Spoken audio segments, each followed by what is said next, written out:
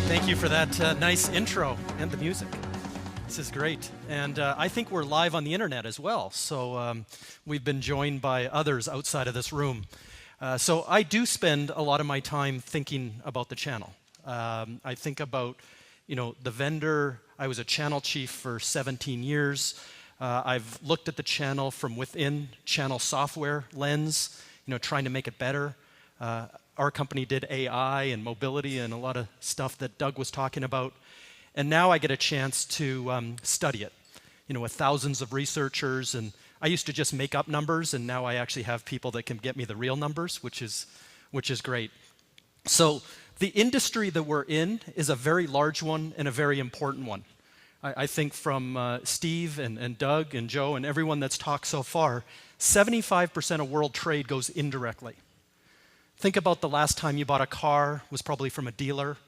The last time you bought a TV was from a retailer. Last jar of peanut butter was from a grocer. Think about your life and how many direct relationships you have. There's actually not that many. The same goes for business. And it's the world we live in. It's big, it's important. So, for preparing for this, I went to Amazon and I searched, for books, and there's 438,000 books on making you a better direct seller. So because 75% of the world goes indirect, I'm thinking this is going to be big. I don't have any poker chips left, but can anybody guess how many books there are on channels and indirect sales? It's not pretty. So, someone tried to say earlier that we're not the redheaded stepchildren, but sometimes I feel like Rodney Dangerfield, and we just don't get enough respect. So there are a number of things going on in the channel itself. And when I talk channel, it's all industries. And I have a little bit of a technology bend to this just based on the audience. But all industries are going through a number of converging type of trends. And it's really an inflection point for our industry. And you're going to recognize a couple of these. And as they all get put together, we all have the job in this room of basically changing and building, new types of channel programs and transcending, a lot of these types of trends. And the first one, and I like to point it out, is the industry is getting older. And it's not this room, but if you go to a general channel event with thousands of people walking by, people are getting older. And by the way, the reason, and I was with IBM, way back, in 1981, many companies in the technology space started their dealerships and they started becoming resellers. Later on, really get driven by Compaq, who went and signed up anyone that could fog a mirror. So now you had thousands and thousands of partners in every city. In the late 80s, you had Novell. You become a millionaire if you're a CNE back then. In the early 90s, being an MCSE. Microsoft picked up 400,000 channel partners globally, became the largest channel in the world. And from there, we grew to 1 million different channel players around the world that focused on technology. And then 2008 hit. Our industry got hit harder and longer than almost every other industry. So the actual number of 1 million resellers globally, and this is managed service providers, solution providers, and the other 12 things we call each other, has dropped by 36%. And as unemployment has improved, as the stock market has improved, as all these other things have happened, this number hasn't improved. So it's interesting. So we've done a bunch of research in this area. CompTIA and CRN did a massive survey across, those are two of the biggest channel audiences in the world. 40% of owner principals are planning to retire in the next 6 years. 40. And we've already lost 36%. This is a major transition happening in the industry. 75% of every channel partner, not only owner principal, but the employees will be millennials within 6 years. We had a little bit of a spirited talk last night about millennials, but this is a new world. But be careful. These people that are retiring are not leaving the business to their kids. The reason? Their kids don't want the business. There's no millennials today that want to run cables, fix PCs, manage network performance, security. They don't want to do this stuff. And I'll show you in a minute where they're going and where they're hanging out. And the second thing is it's created a lot of tension in the industry. So there's 150 trade shows for channel partners around the world every year. And I attend a lot of them. So I've got a lot of air miles. But the one thing that I feel in the last year is a lot of heaviness. There's a lot of tension, there's a lot of stress, partially because their businesses, which they built as entrepreneurs, were going to be their retirement. Back in the day, the business might have been worth 2 times revenue, 3 times revenue, 4 times. I mean, it was worthy. And you built, a couple $1 million of a reseller business, you could retire with a $10 million check.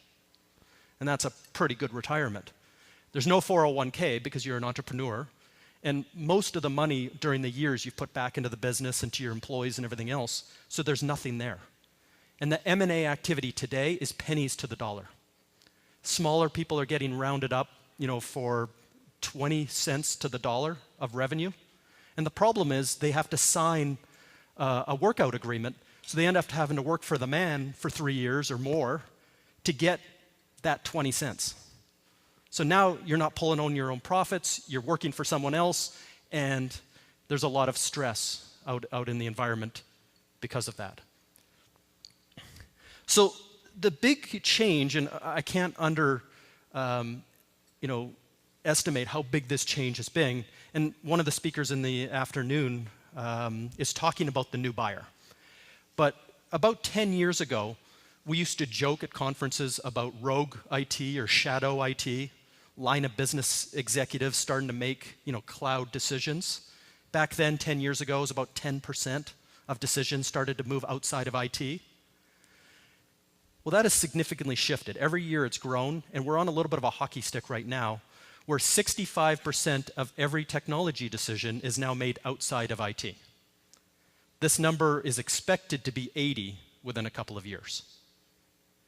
So if you built your business calling on IT, which, we've got resellers that did that, we've got companies in this room that did that, the shift is happening. The more interesting number to me is that in 29% of the cases, they're not including IT at all. So you're a VP of marketing, you're a VP of sales, operations, finance. You don't want to be slowed down because IT will bring in ugly things like due diligence and compliance and regulatory and all this wonderful stuff that make your project delayed by 2 years. So I'm a VP of marketing. I'm going to get fired next week if I don't start bringing in leads. I don't have 2 weeks to wait. I don't have 2 years to wait. So I'm going to not do this. I'm going to actually run the project myself. So the new business buyer, which are making 2/3 of all these decisions, are doing things more on their own than ever before. And we see these numbers in the consumer world, we see them in the B2B world. These numbers are increasing. And this one has increased 15% in only 2 years. So again, you can assume that people know what they're talking about. I talked about, buying a car from a dealer. You know more about that car than the salesperson will ever do. They know, some certain things, but you're in there, you know exactly the engine you want, the suspension you want. You've built it on the internet. You know exactly what you're doing. And this is the same thing with the new buyer. The other trend that's happening is they want a more direct relationship with what they're buying. And it doesn't mean that they want to sit down and provision new software and actually manage all these billing scenarios, but they want that option. So 73% of these new business buyers, not only buying from the web, but buying direct is more convenient, which is interesting when 75% of the world goes indirect today. So one of the things we're hearing directly from customers and we're hearing from these new buyers and some of the new channel partners that I'll be talking about in a minute is the end of resale. Does it make sense anymore to have somebody in the middle collecting money, billing customers, and being that interchange? And what we're seeing that it may not, which is a big trend. And then this goes to the final buying trend, is that we're hearing very loudly that people don't have the skills. You're that VP of marketing again. You want somebody very hyper-skilled in what you do, speaking your language, ready to get you leads. And we're hearing that, almost from everyone, that they need improvement in this area. So this new buyer. It's a new level of specialization. And I created something in my mind I called vectors. Because for 37 years, we've been telling the channel to verticalize. And I'd stand in front of an audience like this and say, listen, go choose something like healthcare. Go read HIPAA, go read high tech, go read what you need to read, get yourself up to speed, and specialize. And the difference between verticalize and vectorize is this. So again, I used a medical clinic there as an example. You've just been hired as a VP of marketing at a mid-sized clinic in upstate New York, and your job is to bring in new patients. So who are you going to invite in the room to help you with this project? Is it Larry who's installing the PCs? Is it Brenda who's over there managing the network? No, you're going to bring in people, you're going to build your own peer network on people that know exactly how to do that. So these are the 5 vectors. It's not good enough anymore to verticalize. Yeah, I know something about healthcare. I read high tech and HIPAA. Well, that doesn't help you drive leads. So that person, may not be invited into the room. I want you to know mid-size ambulatory care clinics with 50 doctors. That's my industry. We heard about trucking. We've heard about, there's 297 of these sub-industries that people are specializing into. Your work in hospitals has been great. Your work with those 2 dentists are awesome. Doesn't help me. I need somebody who knows my resources, knows my pains, knows my world. We already mentioned that I'm a VP of marketing. I want you talking leads. I want you talking top of funnel. I want you talking all of the different parts of my job. I don't care about really the technology for technology's sake. I don't care about other things, and I want to drill right into my problem. Talked about geographies. If you're going to drive leads in upstate New York, it's different than driving leads here in Utah. Different than California, different than Canada, different than Europe. There are so many nuances and local, compliance and regulatory and other things that I need you to know what those are and make sure my CEO doesn't land up in jail. A quick way to get fired is to break the law in those areas. Again, we talked about segments. Your experience up here in hospitals or down in dentists doesn't mean anything. I want, very specific. And then I want you immersed in my stack. So it's going to take 7 or 8 layers of the cake that we heard about to actually drive leads in a mid-sized clinic. So it's not just installing Marketo or Pardot or Eloqua or Acton or HubSpot or whatever the base layer of my foundational solution is. I'm going to start installing predictive analytics, and I'm going to put in some very specific things on the layers. I need you to be immersed in that. So when you think of a generalized partner today, what happens is they don't really have any of these 5, and they're not invited into the room for 65% of new tech decisions. As a VP of marketing, I would rather fly you in from somewhere else and put you up at a hotel to get your resume, which you've done this 5 times before, then you learn on my dime how to do this. And this is the new world. If you multiply all those things together, there's 35 million customer solutions. And when you think of where this world is going, which I'll talk about in a minute, these are the companies and these are the millennials that are focused here. Hyper-specialization. So now that I've built my peer network, I've read the blogs, I've attended maybe a couple of shows as a VP of marketing, I'm now going to build out my solution. I'm going to end up inviting people into the room that are going to make me successful. And so in 58% of the cases, they hire their own channels directly. They don't ask the CIO, because 30% of the cases they don't want the CIO. They don't ask around. They build their own network of people who are going to drive success. And I did a big piece of research late last year, and I entitled it Death of the Channel. Other than the clickbait title, this idea was looking at these trends, but interviewing customers, thousands of customers, in these examples, who they're inviting into the room. Because if it's not your IT provider, MSP, VAR, if it's not your telco agent, if it's not your traditional people that have serviced that company, who is it? And we came back with 5 types. I called them shadow channels because of shadow IT 10 years ago. But today it's the new normal. I think shadow channels are going to become the new normal very, very quickly, probably in the next couple of years. And the first one is somewhat obvious, is the SaaS ecosystem consultants. So I've been to Dreamforce probably every year for the last 3 or 4 years. 178,000 people walking around. I'm trying to figure out, and mostly millennial. You know, it's probably more than north of 75% millennial, probably 85% millennial.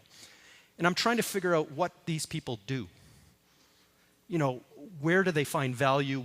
What is their part in the solution? And they call themselves 100 different things, but really what they're doing is they're line of business experts in the vectors. So if you get a chance in the elevator when you're in San Francisco to talk to one of these people, oh yeah, I do mid-sized clinics in upstate New York, and I do blah, blah, blah, blah, blah. You're like, wow, that's impressive. And everyone has a story that's that very specific. You'll never hear that I'm all things to all people all the time, and I just run this great reseller in Salt Lake City. It's very specific. And they know lines of business, and they know how the ecosystem plays. I use Salesforce as an example, but I could use 20 other examples. If you look at the 10 lines of business, if you think of NetSuite or Workday, if you think of Marketo, if you think of all these companies, they've kind of won the battle to be the foundation of the solution, knowing that there's another 6, 7, 10 layers to the solution. These foundational players have all built their own channels, and large ones. Salesforce has 695 partners who drive $24 billion in revenue. There's no front-end margin from Salesforce. There's no back-end margin. In fact, they only have one program. Mark Benioff got on stage and said, I'm going to invest $50 million in you to go hire new people. So I'll pay for the LinkedIn ad, and I'm going to pay to get them certified on Salesforce. What's stopping me from being a $10 billion to a $20 billion company is delivery. I need more people. That's my gate to more revenue. In every city across North America today, it's about a 6-month wait to get a good Salesforce person in. And they're trying to solve that, and that's their only channel program. Similar to the other 19 big players. This one has been the most fascinating to me, is we know that every company is becoming a tech company. This hotel, car companies, you know, you read about it every day about how technology is disrupting everything. Well, what about the companies that serve those industries? So you're serving this hotel in the hospitality industry as a consultant, or you're serving as some sort of service provider. You've seen the opportunity as well as everything's becoming technology. You've changed your organization to become a technology organization. So if you look across all 27 industries, accountants, do you know there's almost as many CPA and accounting firms in the US as there are resellers? There's 162,000 VARs and MSPs. There's 150,000 CPA firms. Just for fun, go to each of their websites. 80% of them are now showing technology on the front. Integrations, implementation, security, compliance, business continuity, and all the things that they cut and paste from the traditional channel is what they do. That's where they're seeing their future. You have to go to like page 4 of their website to find out that they sell you Great Plains accounting software too. If you look at legal companies, there's 110,000 of those. Digital agencies, which that's how I met Steve Green. He was a digital agency. There's 102,000 of those. These are organizational sizes that are almost similar in size to our traditional channel. So when you start thinking of all 27 industries, you know, the channel size is going to grow by more than 10x, and the complexity of doing that. So the death of the channel wasn't the death of the channel, is the death of the traditional channel. These new players and 75% of millennials are hanging out here as well. The third one is ISVs. And it was great hearing from a venture capitalist and private equity because they're behind a lot of this story. But 10 years ago, there was 10,000 software companies. Today, there's 100,000 software companies. I predict in 10 years from now, there will be 1 million software companies. So a lot of the traditional channel, a lot of the consultants, a lot of the other industry players, they've got the word that their reseller business or their service business is worth X. Their IP is worth Y. So if they can get their knowledge and workflows and all the things they do into code, they can actually play the vendor role as well, and that's what's happening. It doesn't have to be a company that's iconic that we heard about. It's just a company that might have 50 customers that drives $5 million in very profitable revenue. It costs you 99 cents to go to GoDaddy. It costs you a couple bucks to throw up a website. I mean, it's almost free to brand. And you see these side businesses starting up every day. And these are the ISVs that are the other 9, 8, 7 layers of the cake. They're in the room with that VP of marketing in the mid-sized clinic because they've got that perfect solution that's so hyper-specialized that they're in the room. The nice thing is that you may have to wait 6 months to get that Salesforce person installed, and you may not have $100,000 to go and tweak Salesforce. We heard earlier it's not the most customizable thing. It's expensive. But there's probably somebody out there, and there might be 5 of them that have gone and built those workflows already, and you can just layer them in. You just need to know how to do that. And so you've got potentially 100,000 competitors in the morning and partners in the afternoon in this very aggressive audience. Another interesting group that's in the room is Born in the Cloud. And over the years, I've had a chance to speak at Ingram's Born in the Cloud event, which has grown out of an airport hangar with a few people to now there's 5,000 people that go. So these are companies that have figured out we don't want to resell anything anymore. If you install Salesforce, for example, for every dollar that Salesforce gets, it generates $4.14 of downstream revenue. That $4.14 today is at 40% margin. So yeah, you can sell a PC at 3 points, and you can sell a router, you can sell some back-end stuff.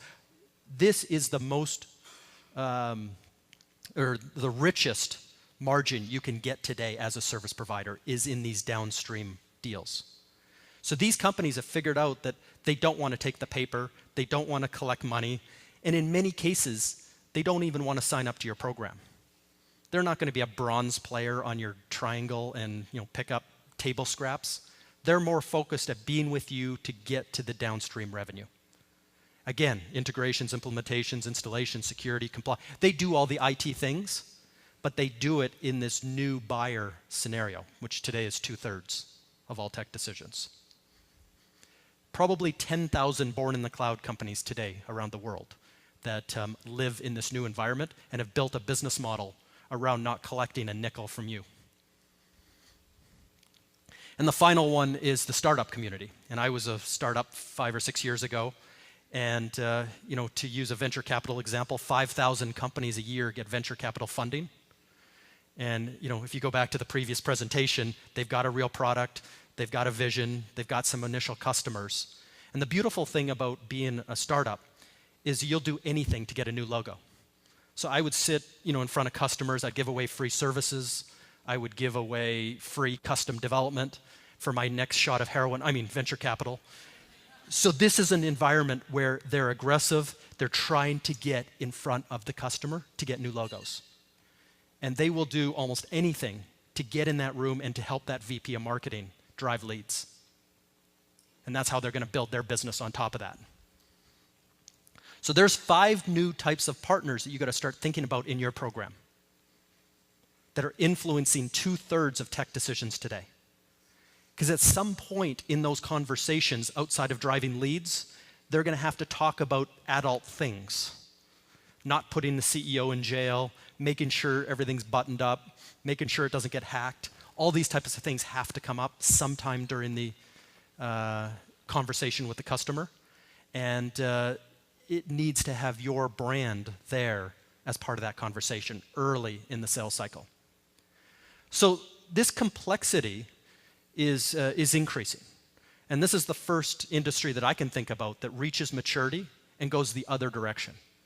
Usually industries become more predictable, they become smaller as things consolidate and economic things happen. This one is just blown out the opposite direction, where your partner base today might multiply by 5 to 10x in the next few years. You have to start thinking about influencing the influencers. It might not be money. It might not be a gold, silver, bronze program. It might not be training or enablement, all the traditional things that you've done in the past. But it all comes down to this. If you do anything on a spreadsheet today, if you do anything in a manual way, you're going to get blown up. First by your new partners, but second by your competition. There's just too many permutations and combinations today not to be automated. You have to be able to find partners and gain mind share and recruit them and enable them. You've got to incent them and motivate them. You've got to co-sell with them. You've got to co-market with them. You've got to measure. You've got to build metrics. And that all has to, happen every day. If you don't have an end-to-end view of this world and everything doesn't flow through in an automated way, these permutations are going to kill the average channel program. So 3 quick takeaways.